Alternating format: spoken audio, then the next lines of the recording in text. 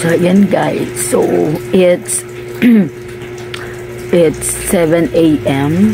in the morning right now, and I decided to make a video while at bed. So no work for more than 2 weeks, and but still God is good, you know. So ayan, I just woke up at 5 a.m.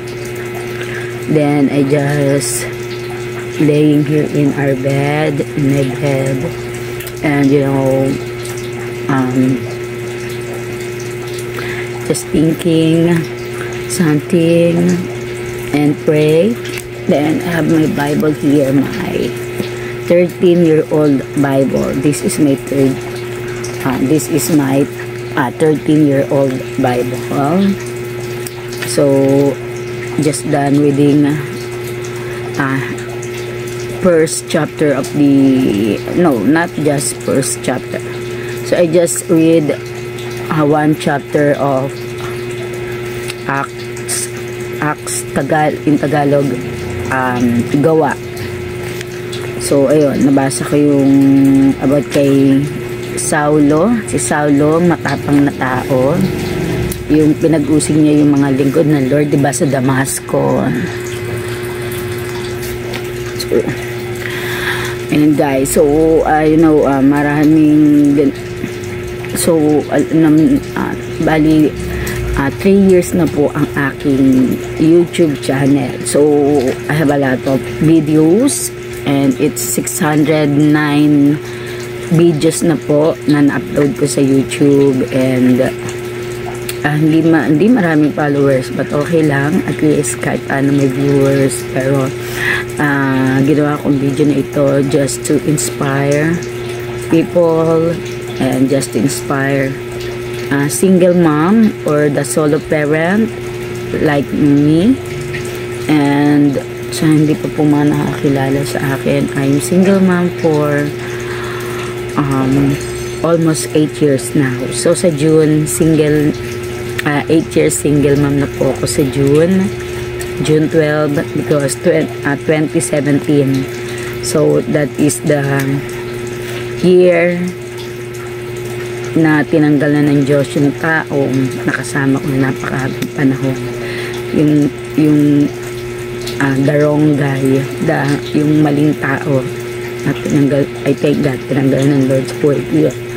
So I enjoy my singleness with my kids, with God, and now makagawa ngayon.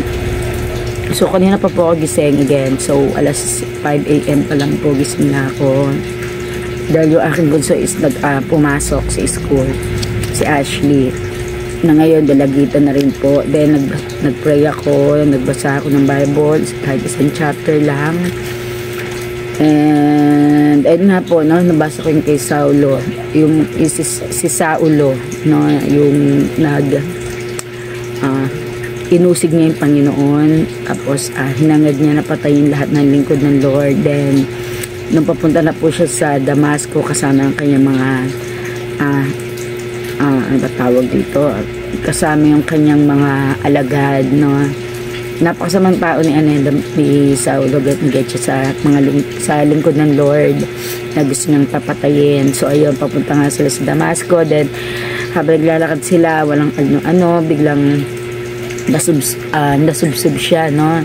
Tapos narinig niya yung tinig ng Lord, narinig niya yung tinig ni Jesus na, Saulo, Saulo, bakit mo ako pinag-uusig? Tapos ayun, sabi niya, sino ka, Panginoon? Ganon. Ayun nga, ayon sa Bible, ayon sa Gawa, nabasa ko. Tapos at sinugo siya ng Lord, kinausap siya ng Lord na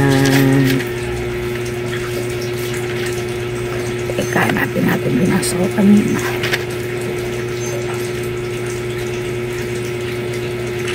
Ayun, kinausap na siya ng Lord na Jesus na pumunta siya doon sa Damasco at ipahayag yung pangalan niya, no. At kung makikita mo, nabulag na si Saulo ng 3 days dahil sa pangyayaring yon. Tapos ayun, sa pagiging masama, sa pagiging ang hangad niya is ipapatay mga lingkod ng Diyos, sirain yung gawain ng Lord. Syempre, ayun, doon pala makikita mo na ang Diyos talaga gumagamit ng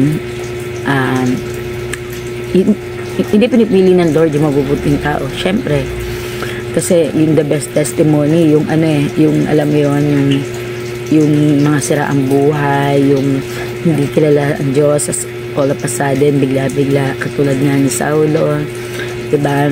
So, pinili ng Lord si Saulo na maging lingkod niya. Kumbaga, kabaligtaran sa nais mangyari ni Saulo. So, yun. Kaya malaman po natin, ginagamit ng Diyos ang mga taong makasalanan.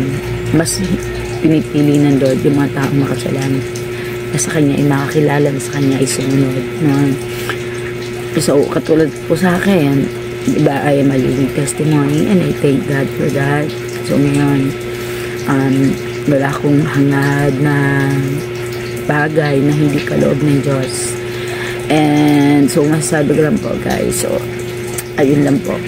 So, ngayon, like ko sinasabi, kahit sa Facebook, in good times and in bad times, still God is good. So, kaya guys, lagi po tayong always pray. Don't forget God. Lagi po natin pahayag yung kabutihan niya, yung katotohanan niya. Gamitin po natin ating mga social media para ipakalala ang pangalan ni Jesus. So, ayun lang po. So, kaya kung lagi may problema, ayaw po ng Lord na nag-aalala tayo. So, bigay lang po natin sa Diyos yung mga isipin natin, alalahanin, and hayaan natin ang Lord ang pumilos. Bigyan natin sa Lord ang lahat-lahat, ang ating buhay, ating mga problema, isipin. So, yun lang guys.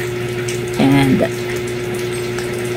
God bless you all, and may God be the center of your life. Ayun lang po. God bless you. Bye-bye. Thank you for watching.